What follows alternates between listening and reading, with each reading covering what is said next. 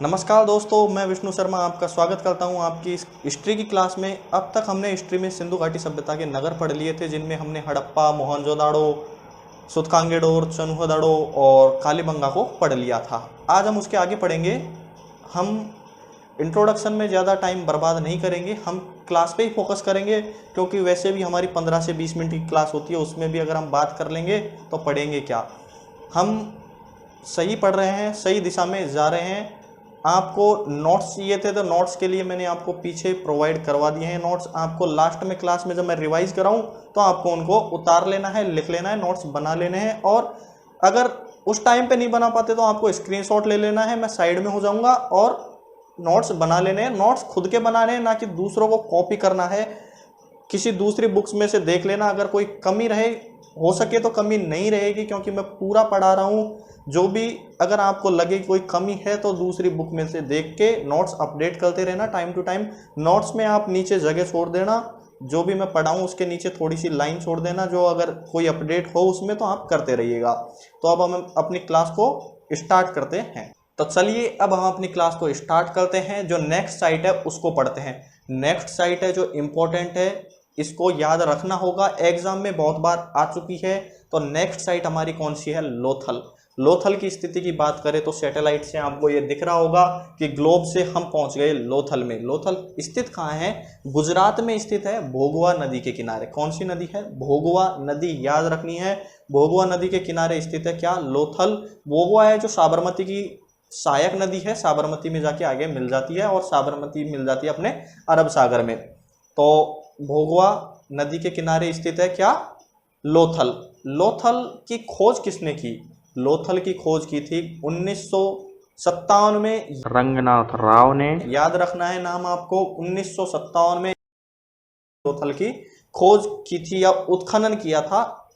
लोथल है जो क्या था? बंदरगाह था। जैसे आपको पहले पढ़ा चुका हूं सुतकांगेडोर, सुतकांगेडोर भी बंदरगाह था। बंदरगाह क्या होता था? जहां से माल एक स्थान से दूसरे स्थान पर जहाजों में भरकर भेजा जाता है। डॉकयार्ड बोलते हैं इस टाइम पे बड़े बड़े डॉकयार्ड है। तो ये कैसे था?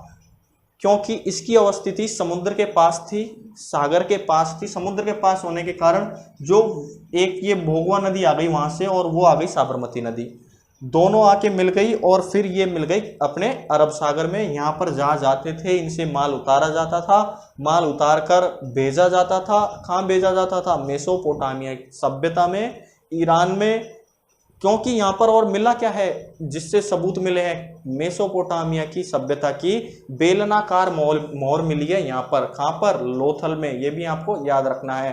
तो ये क्या था? एक बंदरगाह था। इमेज में दिख रहा होगा कि ये समुद्र के पास है और दो नदियां मिल रही है। तो ये बहुत बड़ा क्या था? बंदरगाह था। ये भी आपको याद रखना है, सबसे बड़ा बंदरगाह था। केवल दो ही बंदरगाह हैं ऐसे जो समुद्र के पास थे या बड़े थे, एक तो अपना लोथल और दूसरा था सुतकांगेडोर। अब बात करते हैं यहाँ से क्या मिले। तो एक मैंने आपको बता दिया, बेलनाकार मोहर मिली है, अग्नि वेदिकाएं मिली हैं, और क्या मिली है? चावल का भूसा मिला है, और क्या मिला है? यहाँ से मिली है अग्नि वेदिकाएं, युग्म समाधियां। युग्म समाधियां मतलब एक साथ कई लोगों की समाधियां मिली हैं। और क्या चीजें मिली हैं यहाँ से? मन के बनाने का कारखाना भी मिला है यहाँ से।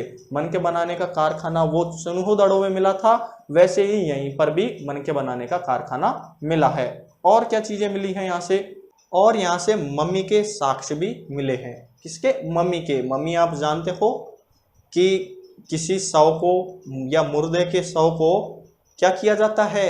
केमिकल रसायन के साथ मिलाकर उसको लपेट कर सुरक्षित रखा जाता है कई सालों तक, उसको मम्मी बोला जाता है। मिस्र में ऐसी मान्यता है कि वो बाद में जीवित होगा।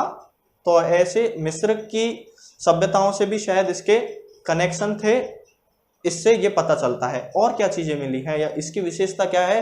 तो इसकी एक विशेषता है कि जो अपना लोथल है और धोलावीरा है, दो ऐसे नगर थे जो कहाँ स्थित है? किलेबंदी के या पूरी बाउंड्री के अंदर स्थित है। तो पूरी सिंधु घाटी सभ्यता में दो नगर ऐसे हैं जो किलेबंदी के अंदर स्थित है या बाउंड्री के अंदर स्थित है। ये इसकी मोस्ट बात है, ये भी आपको याद रखनी है। जो मैं पढ़ा रहा हूँ वो सब याद रखना है, कुछ भी आ सकता है एग्जाम में। ये नहीं कि ये कम इम्पोर्टेंट है, ये ज़्यादा इम्पोर्टेंट है, पूछने वाला कुछ भी पूछ सकता है, आप पिछले एग्जाम देख लीजिए। हाँ, लेकिन क्या होता है कि रिपीट होते हैं, तो रिपीट वाले थोड़े इंपॉर्टेंट ज़्यादा होते हैं, जो बार बार एग्जाम में आते हैं, तो उनको तो आपको ज़्यादा याद रखना ही होगा। लेकिन याद सबको रखना है, आपको पास होना है एग्जाम में, तो कंपटीटर से 2 कदम आगे चलना ही होगा। नेक्स्ट साइट है अपनी कोट दीजी। कोट दीजी की स्थिति की बात करें तो आप ये ग्लोब में स्थिति है, इसको देख लीजिए कि कैसे हम ग्लोब से कहाँ पहुंच गए। कोट दीजी में, कोट दीजी है पाकिस्तान में, सिंध प्रांत में, सिंध राज्य में, सिंधु नदी के किनारे स्थित है। खैरपुर इसका जिला लगता है, इसमें स्थित है क्या, कोट दीजी। कोट दीजी की और बात करें तो इसका उत्खनन किसने किया था, इसका उत्खनन किया था 1935 में जीएस घुरिये ने किया था। और जो सेकंड उत्खनन किया था वो किया था अब फजल अहमद खान ने 1953 में। यहाँ से अवशेष प्राप्त क्या हुए या इसकी विशेषता क्या थी, तो इसकी एक ही विशेषता थी, या मान लीजिए एक ही स्पेशल बात थी, वो थी कि यहाँ पे जो मकान मिले हैं उनकी नींव पत्थर की मिली है, और जो ऊपर का स्ट्रक्चर है वो बना हुआ है कच्ची ईंटों का। या मान सकते हैं कि मॉडर्न इंजीनियरिंग का नमूना कहाँ मिला है हमको, मॉडर्न इंजीनियरिंग का नमूना मिला है कोट दीजी में। जैसे वर्तमान में हम पत्थर की नींव बनाते हैं और ऊपर का स्ट्रक्चर ईंटों का रखते हैं, पहले के ज़माने में क्या करते थे, पहले हमने अपने पुराने घर देखे होंगे, वो पूरे ही पत्थर का स्ट्रक्चर होता था। लेकिन वर्तमान में ऐसा नहीं होता, नींव ही पत्थर की भरते हैं और उसके ऊपर ईंट लगा देते हैं। तो ऐसा ही नमूना मिला है हमको कहाँ, कोट दीजी में। तो अब हम अपनी नेक्स्ट साइट की बात कर लेते हैं, वो है रोपड़। रोपड़ वो ही है जो कालीबंगा के बाद दूसरी बार उत्खनन हुआ था। मतलब कालीबंगा ऐसा स्थान है या ऐसी साइट है जिसका उत्खनन आज़ादी के बाद प्रथम बार हुआ, और दूसरा स्थान है रोपड़। समझ आ गया, पिछली क्लास में बताया है कि कालीबंगा का या भारत का ऐसा स्थान जिसका उत्खनन आज़ादी के बाद पहली बार हुआ, तो वो था कालीबंगा, दूसरा था रोपड़ पंजाब का। रोपड़ की बात करें पंजाब में स्थित है, पंजाब में सतलज नदी के किनारे स्थित है, सतलज नदी के किनारे स्थित है। ये देख लीजिए सतलज नदी उधर होके जा रही है सतलज नदी, और इधर क्या है, ये क्या है, ये है रोपड़। रोपड़ से हमको क्या प्राप्त हुआ अवशेष, पहले उससे बात कर लेते हैं हम। किसकी, इसका उत्खनन किसने किया, इसका उत्खनन किया था 1953 में यज्ञदत्त शर्मा ने। किसने, यज्ञदत्त शर्मा ने किया था। और यहाँ से प्राप्त क्या हुआ है, यहाँ से एक विशेष बात प्राप्त हुई है, वो ये कि शवों के साथ या जो मृत शरीर है उसके साथ कुत्ते को दफनाने के प्रमाण ऐसा हुआ होगा कि जो मालिक था उस और जो कुत्ता था दोनों एक साथ मरे होंगे, दोनों को एक साथ दफना दिया। तो कुत्ते को दफनाने के प्रमाण कहाँ मिले हैं, ये मिले हैं रोपड़ में। और क्या मिला है यहाँ से, और यहाँ से 5 स्तरीय क्रम मिला है। 5 स्तरीय क्रम मतलब कि ये 5 बार बसी है ये जगह, कौन सी, रोपड़। इसके अलावा 5 स्तरीय क्रम, 7 स्तरीय क्रम अन्य जगहों से भी मिले हैं। तो 5 बार बसी कौन सी है, ये रोपड़, यानी कि 5 बार इस सभ्यता को उजड़ी, 5 बार बसी, ऐसे मान सकते हो ये। अब हम अपनी नेक्स्ट साइड को पढ़ते हैं। नेक्स्ट साइड कौन सी है, आलमगीरपुर। आलमगीरपुर की स्थिति की बात करें उससे पहले हम बात कर लेते हैं आलमगीरपुर को। मैंने पहले आपको कहीं पढ़ाया है, वो याद करो कहाँ पढ़ाया है। ये मैंने पढ़ाया था जब सिंधु घाटी सभ्यता का ओवरव्यू दे रहा था, तब पढ़ाया था कि इसके 4 कोने हैं, 4 कोनों में से ऊपर का मांडा, नीचे का दायमाबाद, या उत्तर का मांडा, दक्षिण का दायमाबाद, और जो पश्चिम का है और पूर्व का है। पश्चिम का आपको बता चुका हूँ कौन सा है, सुतकांगे डोर है, पश्चिमी छोर दास्त नदी के किनारे है, और पूर्वी छोर है वो है आलमगीरपुर, उसको हम पढ़ेंगे। हिंडन नदी के किनारे कहाँ पर स्थित है, ये यूपी में मेरठ में, यूपी के उत्तर प्रदेश के मेरठ जिले में हिंडन नदी के किनारे पर स्थित है क्या, आलमगीरपुर। आलमगीरपुर की उत्खनन की बात करें, आलमगीरपुर का उत्खनन किया था यज्ञदत्त शर्मा ने 1958 में किया था। कब किया था, 1958 में। 1958 में इन्होंने उत्खनन किया। यहाँ से मिला क्या, यहाँ से मिला जो यहाँ पे मृदभांड मिले बहुत सारे। अगर आप गूगल पे सर्च करके भी देखोगे तो यहाँ से मृदभांडों के चित्र मिलेंगे। तो मृदभांड मिले, उन पर क्या मिले, मोर और गिलहरी के चित्र मिले हैं सबसे ज्यादा आलमगीरपुर यूपी से।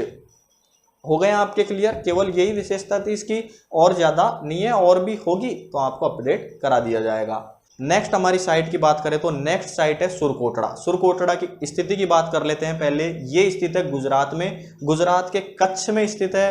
गुजरात के कच्छ में स्थित है, यहाँ समुद्र के पास इसकी स्थिति है, गुजरात में स्थित है। इसकी उत्खनन की बात करें तो इसका उत्खनन किया था 1964 में। किसने किया था? जगपति जोशी ने किया था। यहाँ से मिला क्या है? यहाँ से बहुत इंपॉर्टेंट चीज मिली है, ये बहुत बार एग्जाम में आ चुकी है कि कलश की अस्थियों के साक्ष्य सिंधु घाटी सभ्यता में कहाँ मिले हैं? तो कलश की अस्थियों के साक्ष्य मिले हैं सर सुरकोटड़ा से। याद रखना है, बहुत बार एग्जाम में आ चुका है। कलश की अस्थियों के साक्ष्य मिले हैं सुरकोटड़ा से, इंपॉर्टेंट है, याद रखना है। अब हम अपनी क्लास को रिवाइज कर लेते हैं जल्दी से। जो मैंने पढ़ाया है वो आपको पीछे दिख जाएगा, जो नोट्स होंगे आपको इधर से बना लेने हैं। तो चलिए अब हम रिपीट कर लेते हैं जो हमने पढ़ा है आज। जो कि आपको मैंने 5 नगर पढ़ाए हैं, इनको लिख लेना है आपको। मैं रिपीट करा रहा हूँ स्पीडली, आपको सबको लिख लेना है। हम आगे नहीं पढ़ेंगे इनको, आगे हम कल पढ़ेंगे, क्योंकि एक दिन में ज़्यादा नगर करा दूंगा तो आपको याद रखने में प्रॉब्लम आएगी। आप सोचोगे कि सर ने घास काट दी और इनको खींच दिया। मैं खींचूंगा नहीं, अब रिपीट कर रहा हूँ। आपको लिखना है तो लिख लीजिए, नहीं स्क्रीनशॉट ले लीजिएगा, मैं साइड में हो जाऊंगा। तो सबसे पहले हमने क्या पढ़ा? हमने पढ़ा लोथल गुजरात में, अहमदाबाद जिले में, भोगवा नदी के किनारे। भोगवा जो कि साबरमती की सहायक नदी है जो अरब सागर में गिर जाती है। यहाँ से क्या मिला है पहले बात कर लेते हैं। किसने इसका उत्खनन किया? इसका उत्खनन किया सर SR राव ने। कब किया? 1957 में किया। और यहाँ से क्या प्राप्त हुआ, क्या विशेषता थी? यहाँ की विशेषता थी कि ये एक बंदरगाह था, डॉकयार्ड था, लोदी थी, जहाँ पर माल उतरता था, एक स्थान से दूसरे स्थान पर जाता था, जहाजों के द्वारा माल जाता था, जैसे कि सूतकांगे डोर था हमारा। यहाँ एक मेसोपोटामिया सभ्यता की बेलनाकार मोहर मिली है, बेलनाकार मोहर मिली है। किसकी? मेसोपोटामिया सभ्यता की। जिससे हमें क्या पता चलता है? जिससे पता चलता है कि मेसोपोटामिया सभ्यता और हमारी हड़प्पा सभ्यता के बीच व्यापार होता था, आदान प्रदान होता था वस्तुओं का और व्यापार का। और यहाँ से क्या मिला है? और मिला है नाव के चित्र वाली एक मुद्रा मोहर। और क्या मिला है? अग्नि वेदिकाएं मिली है, युग्म समाधियां मिली है, हाथी दांत का स्केल मिला है। और क्या मिला है सर? चावल की भूसी मिली है। और इसकी एक मेन विशेषता क्या है कि लोथल और धोलावीरा, धोलावीरा हम आगे पढ़ेंगे, वो भी गुजरात में ही है। दोनों ऐसे नगर थे जो किलेबंदी के अंदर थे। किसके अंदर थे? किलेबंदी के अंदर थे, बाउंड्री के अंदर थे, ये याद रखना है। और क्या चीज मिली है यहाँ से? और मन के बनाने का कारखाना, मम्मी के साक्ष्य, ये मिले हैं, आपको लिख लेना है, नोट कर लीजिए। पीछे आपको स्क्रीन दिख रही है, आसानी से देख लीजिए और स्क्रीनशॉट ले लीजिए। स्क्रीनशॉट ले लिया होगा आपने, ले लिया स्क्रीनशॉट। अब हम आगे पढ़ते हैं। आगे हमने क्या पढ़ा था? आगे हमने पढ़ा था कोट दीजी। कोट दीजी कहाँ है? पाकिस्तान में, सिंध प्रांत में, खैरपुर जिले में, सिंधु नदी के किनारे। इसका उत्खनन किया था GS घोरिये ने, गोविंद सदाशिव घोरिये ने किया। उसके बाद 1935 में किया था। उसके बाद 1953 में फजल अहमद खान ने किया था। यहाँ से क्या प्राप्त हुआ है या यहाँ की विशेषता क्या है? तो कोट दीजी की विशेषता है कि यहाँ पर मॉडर्न इंजीनियरिंग का नमूना मिला है, या फिर ऐसे कह सकते हैं कि जो यहाँ पे नींव भरी गई थी मकानों की वो पत्थर की थी और ऊपर का स्ट्रक्चर कच्ची ईंटों का था। ये एक इसकी विशेषता है, स्क्रीनशॉट ले लीजिए। आगे अब हम आगे पढ़ेंगे, पहले आप स्क्रीनशॉट ले लीजिए। अब रोपड़ नेक्स्ट हमारा कौन सा है? रोपड़ पड़ा था। रोपड़ कहाँ पर है? रोपड़ पंजाब में है, सतलज नदी के किनारे पर है रोपड़। और ये वही रोपड़ है जो आज़ादी के बाद दूसरा स्थान था जिसका उत्खनन हुआ। इसका उत्खनन किसने किया? इसका उत्खनन किया था 1953 में ही यज्ञदत्त शर्मा ने।